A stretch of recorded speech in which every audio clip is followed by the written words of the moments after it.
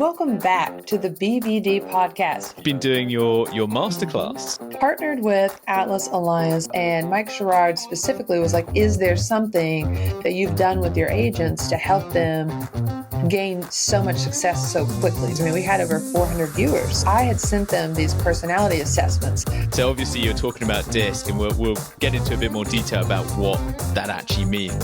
So it's really understanding them and seeing what is their superpower, what can I take that they are really good at and amplify that. It's basically for anyone who wants to gain insights on who they naturally are. Completely free, and that's free for the full report, so we'll link that. Basically, a DISC assessment is like gasoline on a fire for your goals. So when you know your behavioral style, you can make smarter, more intentional decisions. So I'm curious to see yours. And then for I'm 81, so I'm a high I. Wow, I'm an 81. 100% happy with it. So perhaps I am Perfectionist. Yeah. I'm high team oriented. So that's why, when I lost my admin of 3 years, it was like Meltdown. The world, like baby meltdown, because it's like, I've got a female who's in high I, and I've got a male who's a high S. And we work so well together. There are people in my team that are doing things that I can't do, and that's why we hired them. They're so much better than anyone else in the team in doing that. Each DISC trait, honestly, has its own unique strengths and preferences and weaknesses. I hope you have a cozy Christmas sweater and Christmas tree, just like Jamie. This weekend, take your DISC and enjoy.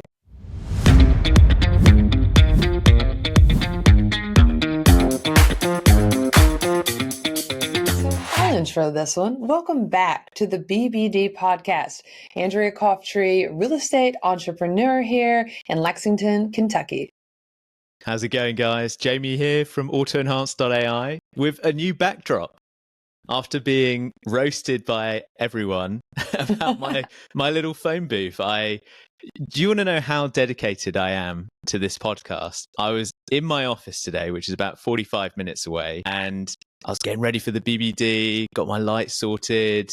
I was like, I've forgotten something, my microphone. No. And I was going to message you. I was like, maybe I put this off till tomorrow. I was like, no, fuck it. I'm going to come back, get set up. And then I came home and I was like, what would be a good spot to film the podcast after being roasted for my phone booth? And I was like, got my comfy reading chair, got my Christmas tree, very festive. I'm wearing my Christmas sweater. English backdrop, but you're wearing an American flag. So I thought I'd balance it out. Seeing as I'm talking to an American today, I thought let's get the red, white, and blue, I love stars and the stripes out, just to ground myself and not go too British. Love it. But you've got the scene. You've got the Christmas scene. I should have filmed from my Christmas trees. I've put so much work into Christmas this year. I have like 3 trees. It's crazy. It's ridiculous. Whenever you start getting the decorations out, it's like a mission or something. You must have like an army putting together the Christmas tree, the lights. I've got a bunch of elves. You got your nutcracker from London? Yes, the sled and the nutcracker from Fortnum Mason. So that's like such a special, fun piece because we were there and we got them to ship back to Kentucky, which I didn't think they were going to do. And now, so I had to set the scene with the tree and the nutcrackers. It was really cool. I don't think normal people would understand what you went through to get that nutcracker. No. We went to this amazing shop called Fortnum and Mason's. We were walking around looking at all the cool items, but we were just talking about our business and hiring and what we're doing. Essentially like a BBD informal. And then you spot this nutcracker and you're like, I have to have it. I've got to take it home. I was like, you're joking, right? And then like the next day I get a message from you saying, yeah, this is coming with me and the sled, and I'm going to set it up in Kentucky. That's amazing. Remember sitting up with the manager and they're like, well, I don't know if we can ship it. I'm like, can you do the sled too? They're like, well, we don't know if we can ship the nutcracker. I'm like, I'm going to need both of those. Amazing. Now they're here. Amazing. I'll post some on our story so that people can check some out later. But okay, this week has been crazy. I know you are doing a lot of kind of networking right now. What were you at an event last night? What was that about? Oh my gosh. I almost didn't get invited to this event yesterday, and it was a last minute invite from my friend Dom, who you've met. Essentially what his business is helping people who are in the spotlight, celebrities who want to start like a side business but don't have the time or the energy to set up the website, do the marketing, get all the product stuff sorted. And he has worked with the two people. So one is Olivia Bentley, who got very famous in the UK from a show called Made in Chelsea, and Bella, who is her colleague who started it. And it started about 4 years ago. They started a lube business. So I think it just started with normal lube, and then they got into CBD lube. And love it. Yeah, so yesterday I was at a vibrator launch event in Chelsea, That's which I amazing. never thought I would be attending in my life. But there I was, and they were at the front of the room showing us all the vibrator, the 25 different functions. Safe to say that I learned waterproof? a lot. I hope so. It's massive. It was like the size of this microphone that they had. Yeah, it was quite an interesting experience, and also just seeing someone that I've seen on the TV as well. So yeah, that's really cool. I love that. That was good fun. But you've been busy this week as well. You've been doing your masterclass. Yes. So tell us a bit more about that. Partnered with Atlas Alliance, this amazing, what's so cool about Atlas Alliance is not broker focused. It's broker agnostic. So you don't talk about whether you're with Lifestyle, EXP, Keller Williams, Sotheby's. It's about the culture and community of the individual agents. So that's what I've grown to just love about that community. So they asked me to come on as one of their speakers for their business planning clinic, which was like a masterclass. And it was amazing. So I'm like, gosh, what topics can I talk about? And Mike Sherrard specifically was like, is there something that you've done with your agents to help them gain so much success so quickly? Because, over 80% of agents are failing, right? They're not even selling houses. They're out of the business in the first 6 weeks, 6 months, a year. So I've been able to take agents who are brand new agents who have never sold a home, brand new to the industry, and even agents who have never sold a home and were previously licensed, and put them through Coughtry Enterprises. Really, I thought, well, it's the culture, it's the community. I pushed them out of there. But really, what are we doing? Like, what am I doing? What value can I bring to these viewers? I mean, we had over 400 viewers. So one thing is I go by their personalities, like what I know each individual agent will be good at. And I try to push them out of their comfort zone, and it fails like so dramatically. Like I've got an agent who's a really high S. And when I was pushing him to do calls with me, I mean, it was like nervous breakdown. Didn't come back to the office the next day. I thought he was going to quit. I think he thought he was going to quit. And so I realized that, but for one of my other agents, phone calls, networking, awesome. The other agent burns out at networking events. I'm like, what is this correlated to? Let's dig deeper. So I had sent them these personality assessments, and it fit exactly how they are and who they are. So I'm like, what are trackable goals? And without even realizing, we were already using their individual personalities to set their monthly, quarterly, annual goals. And what's funny is the agent who is a higher I, she likes realistic. I'm a higher D, so I like stretch goals, big goals. My higher I agent, she likes to, push out there. But as soon as she gets anywhere near it, she pushes and pushes and pushes. Whereas my S agent, he likes cozy, comfortable. He needs to be able mentally to hit the goals. So it's so funny, and it works so well. So that's what we covered. And I know you were on the call, which was really kind of the first time you've done a disc before. Well, I think I've done some of these personality tests before, just out of pure ego. Yeah, curiosity. Not ego. Yeah, curiosity, wanting to know a bit more about myself. And I think what's really hilarious here, so obviously you're talking about DISC, and we'll get into a bit more detail about what that actually means, because you're saying high D, high S, and people are probably like, what the fuck does that mean? We're going to break it all down. Yeah, when we, funnily enough, when we were going around London and you got that nutcracker, we were talking about our teams, and something I kept saying about is, you can't push against the grain. You can't go against the grain with a lot of people. So there's always going to be these kind of people that operate in a certain way, and that's just who they are and how they've grown into who they are. And if you start pushing them against that, you might see a little bit of movement towards where you want them to go. But if it's just not natural to them, they're never going to get there.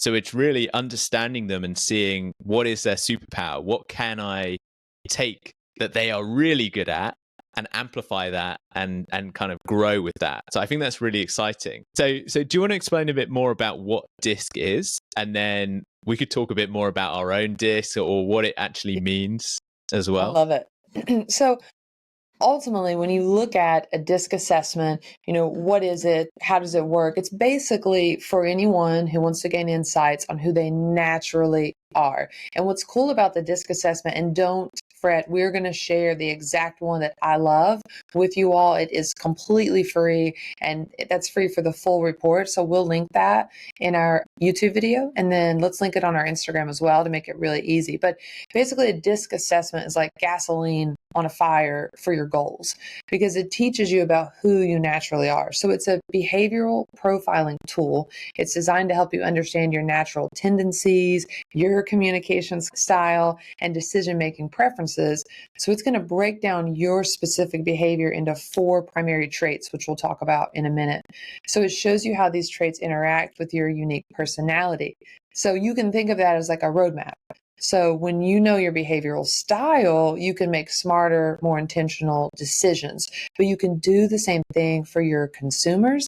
You can do the same thing for your employees. So there are actually medical companies that require an annual DISC course that teach their sales staff how to actually identify what their client's DISC is so that they can find best sales tactics, which is pretty cool. Amazing. Yeah. And you can't always guess someone's DISC right, but you'll start, the more you study it and look at it, and it's really fun. It's not like get the book out and, crank. It's fun. It's fun. Yeah. So it helps you communicate better with your clients, understanding their personality type. It helps you really put your employees in the best role and set the right KPIs, key performance indicators, to help them succeed. And then for you individually, and we can dive into this later, you can use a DISC to set your KPIs, to set your roadmap, to set you up for success. So looking at the 4 measurables, it's decisive. So your preference for problem solving and getting results, that's a D. The I is interactive. So your preference for interacting with others and showing emotion. So if you're high I, you're very, gregarious, social, interactive with people you don't know. Stability. So your preference for pacing, persistence, and steadiness. And then cautious, your preference for procedures, standards, and protocols. So if you're looking for an admin, you probably want someone with a high S and a high C. You want them to have procedures, protocols, standards. You want them to be, very steady pace, very stable. Someone with a high S is also really highly likely to stay in the same position for a long time. So it's kind of an overview of DISC. What questions does that bring up for you? Well, what I really like about this is a lot of people like to label themselves as introverted or extroverted. And what this is actually showing is there's so much more in between introverted and extroverted. And actually, you can be a high D, but you can also be a high D and a high S, right? So there's balance between these 4 areas. So yeah, I found it just really interesting. Also, just going through the questions as well, there's some that are really hard because essentially what you're doing is you're ranking what you're most like and what you're least like. And sometimes there's like a very big difference between what I'm most like and what I'm least like. But on some of the questions, it's very close together. And I'm like, gosh, this is quite difficult to actually be objective about yourself. But yeah, for the purpose of the podcast, firstly, I did a whole bunch of other ones because I couldn't find the one that you did in your presentation. And then I did the one that you shared. So I have done the one that you shared. So shall I jump into my DISC analysis? Well, before you do, I also want to let you guys know that your natural style is who you naturally are. And then your adaptive style is who you are when you think other people are watching. So who you think you should be. And that graph on like page 2 is going to show you your natural and your adaptive. So what's funny to see is how are you naturally? And do you act that way when people are watching? So that's also a really interesting one. So I'm curious to see yours. So that changes things. The colored chart is who you actually are. And then the gray bar next to it is your adapted, who you are when you think people are watching. Okay. So starting with D, yes, I am 42. So I'm about just below the middle on D for both bars, both red and grey. So what does that mean again? So you are actually acting the way you naturally are when people are watching. So your natural and adaptive styles are equal, which is good. Yeah. And then for I, I'm 81. So I'm a high I. Oh, wow. I'm an 81. You're an 81. So we're both 81. What's your adapted? Both 81. Oh, so I'm an 81 and a 74. So I pull down my eye a little when people are watching. Interesting. Which for me, I find quite strange because I'm not the most social person. So if it's about social, I guess working with my team, like listening to them, maybe in a business sense. Okay, that makes sense. Yes, I'm a 39 and also a 32. You are extremely outgoing. Extremely. You've never met a stranger ever. That's probably a good point. Yeah. You were so because at first I was like, oh, are you high DI? But I was like, no, you're probably higher.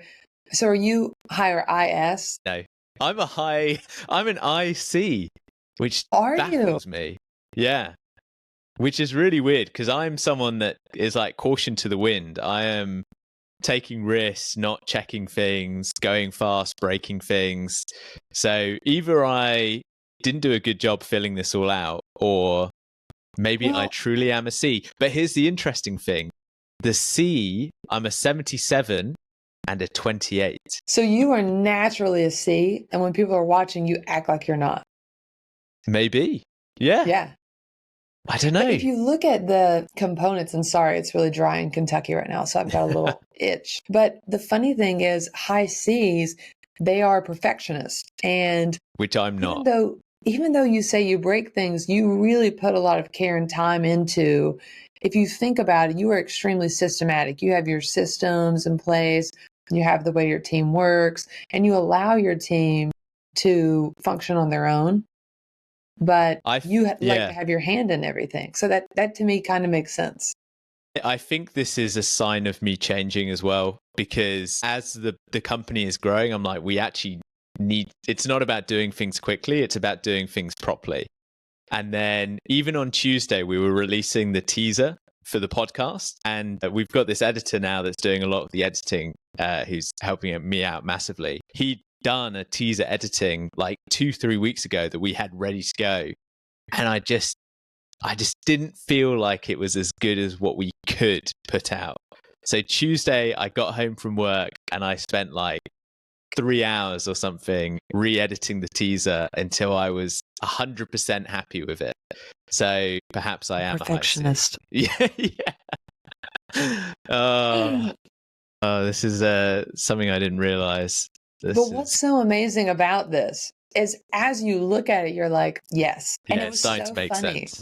It's so funny because, and I can't wait for everyone to do this because it just helps you take your self-awareness to the next level. So if you go down to page 6 on there, you're going to see a graph and it shows how you pull towards an extrovert and an introvert. Where were you on that? Because I'm in a high I and a high C, so I've got that full span of the diagonal, and then my D and my S are like below 50. So my diamond is kind of spread across extrovert and introverted, which I've always thought, like, I'm not a full extrovert. Like, I don't like all the attention being on me all the time and jumping in front of people and making lots of noise. But I'm not a full introvert as well. I do like having my own time and not being around other people sometimes. So seeing it like this makes a lot of sense. It makes a lot of sense because you are one of the most outgoing people I know, but it's always about the other person. So I've noticed that about you. You're very, and Brendan was talking about that too, how inquisitive you are, but in a very respectful way. But you're like, how's this going for you? You listen so well. And so that's why you are an extrovert, but you want the focus to be on the other person. Yeah. And I think Yeah, that's where that makes sense. that is something I didn't realize was actually a skill, which is just listening. And like I was watching back the talk that we did with Chris, and there's like things that he talks about earlier in the interview, and then I picked them up later on. And even at the event yesterday, we were like talking to someone, and something that I picked up very early on, and it's just something, I don't know, that has always felt natural to me, but maybe not to other people. So it's really interesting to see it on a graph, I guess. But what about you? So, what's your split? So I'm you're a high D, high I. So something I've learned about myself and which has helped me so much in sales is let the client talk more than you do and listen.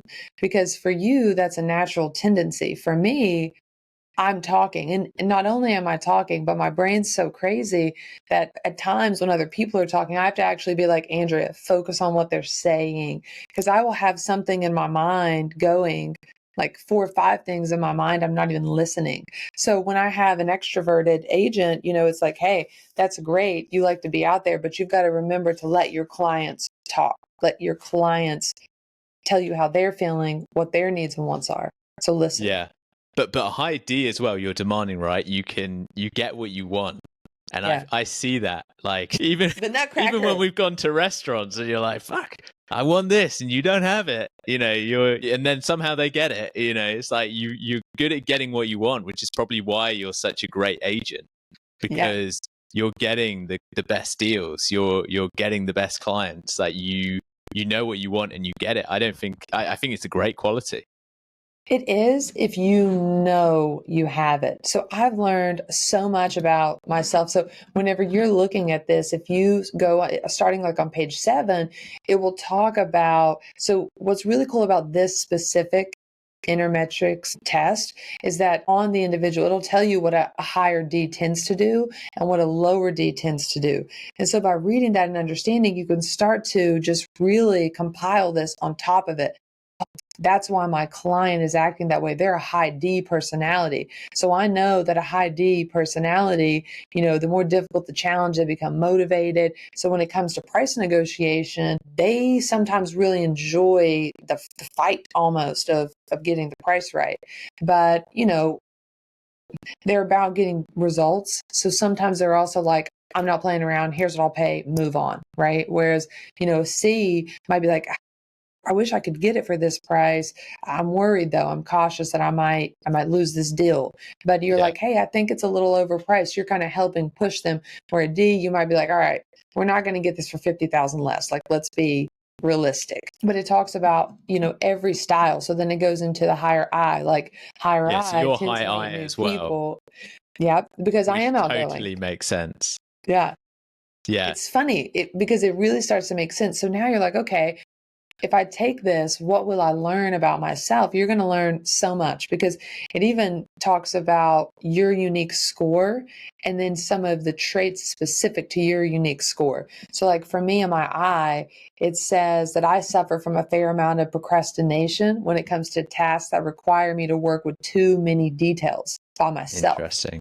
I'm high team oriented. So that's why, when I lost my admin of 3 years, it was like, meltdown. The world, like baby meltdown, because it's like, hold on, like I'm the tornado coming in with these ideas. I need people to help me like put the pieces in there. So, and it does, I'm very optimistic and I tend not to be very organized or attentive to details at all, which is weird because I would say that's wrong, but I'm organized in a sense of like off-putting tasks. I'm really good at directing. Organized is C talking about?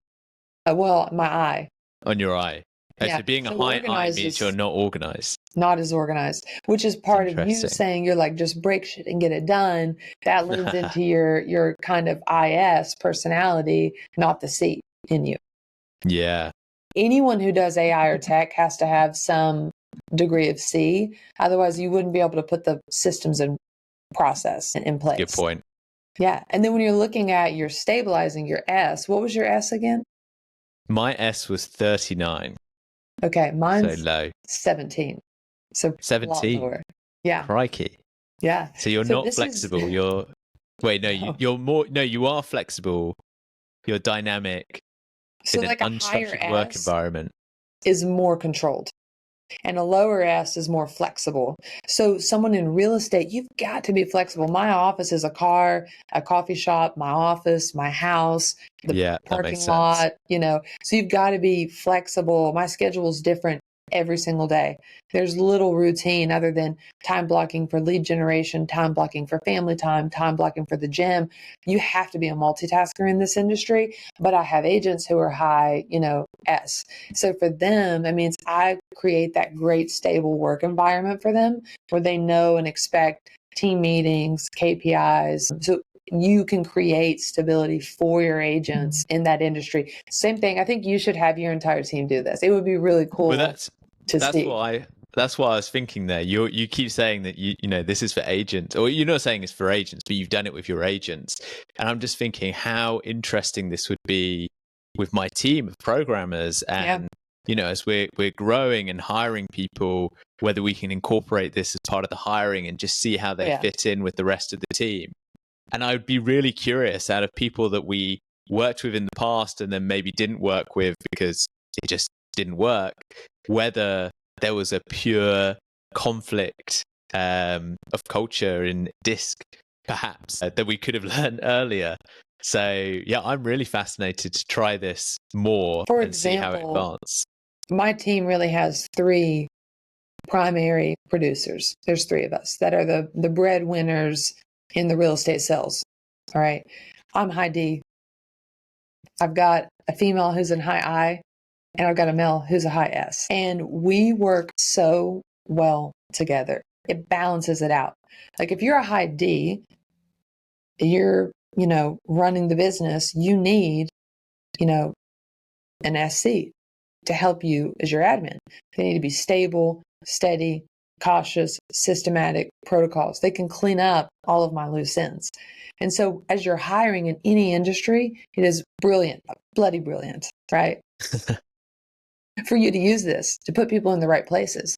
And then with your staff you have now, it teaches you how to communicate with them. Yeah. What I'm curious of, for you, if you're hiring a new agent and they do this test and they're a high D, would you hire them? No, I wouldn't, because unless I was looking for someone to replace me as head listing or head buying agent, because then they would be running the buy side, they would be running the list side. I think that you have to be careful specifically in a real estate team, because you don't want someone to need to replace you or want to replace you. And if their personality matches mine, or they have the tendencies to be what we call in the real estate world a rainmaker, like the top agent, you really don't want them. They're going to clash with all of your other agents. They're not going to support your business. They're going to have too many of their own ideas and assertiveness.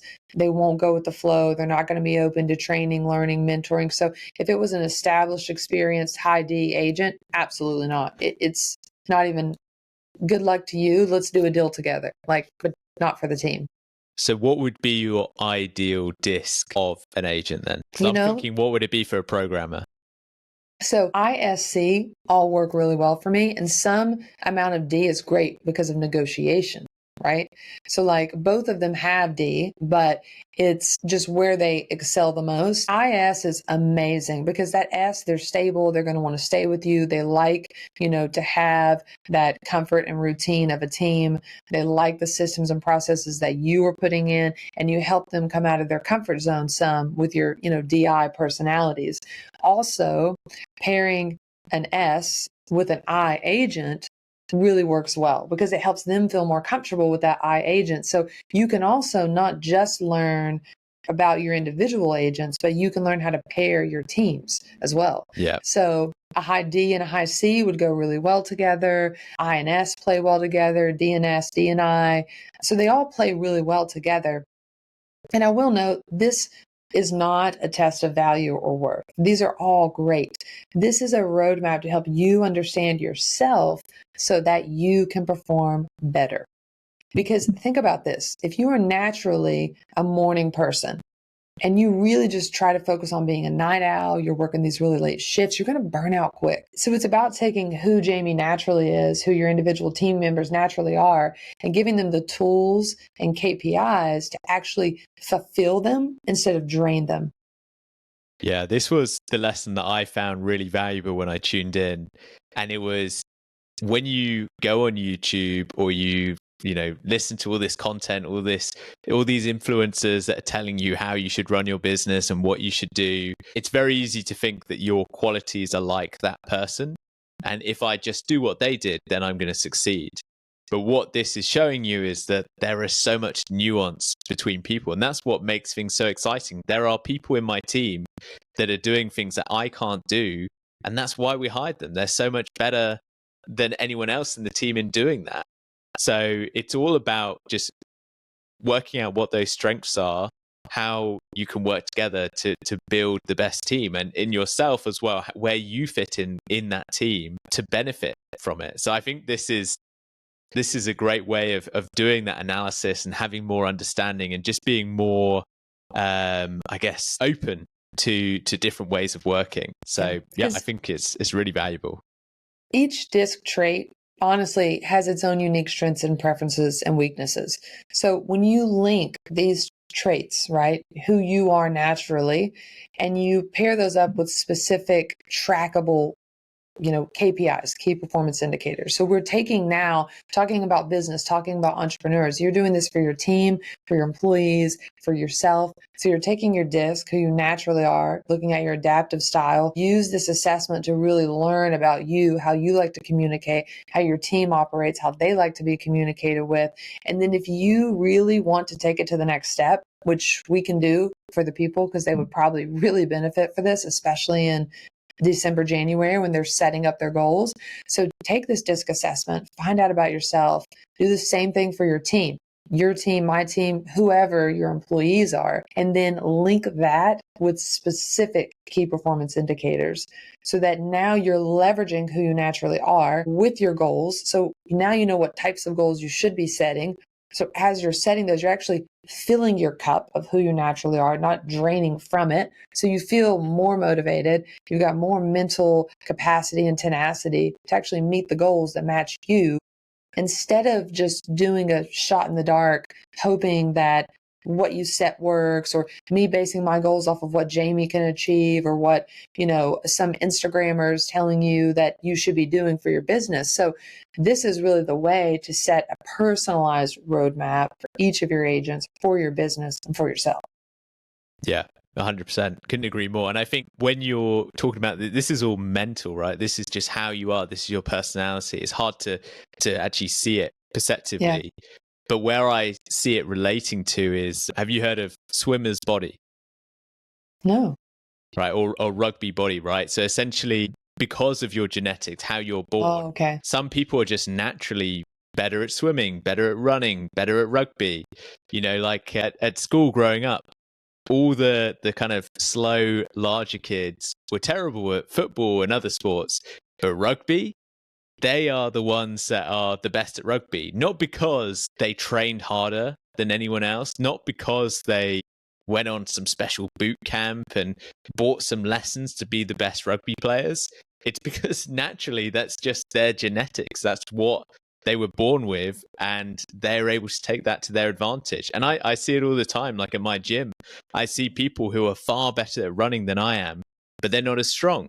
Or maybe they're stronger and not as good as running. So I think it's really understanding where your unique advantages are and taking those and running with them. So yeah, I think it was amazing. I really enjoyed the masterclass. I'm really proud of you.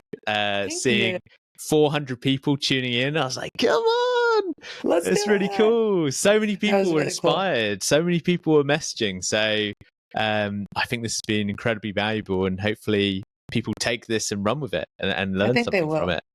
And then we'll pair this up with a later episode about KPIs. So be looking out for that. So this is your crash course in DISC. Reach out to us. We would love to talk to any of you, any questions you have about it. And then we will pair this up with some DISCs to help you guys really set goals. We're going to try to bring you guys some really good, impactful value. So I think that's all we have for you on DISC. I hope you have a cozy Christmas sweater and Christmas tree, just like Jamie. This weekend, take your disc and enjoy. Enjoy, guys. Thanks for tuning in. See you next time. See you next time.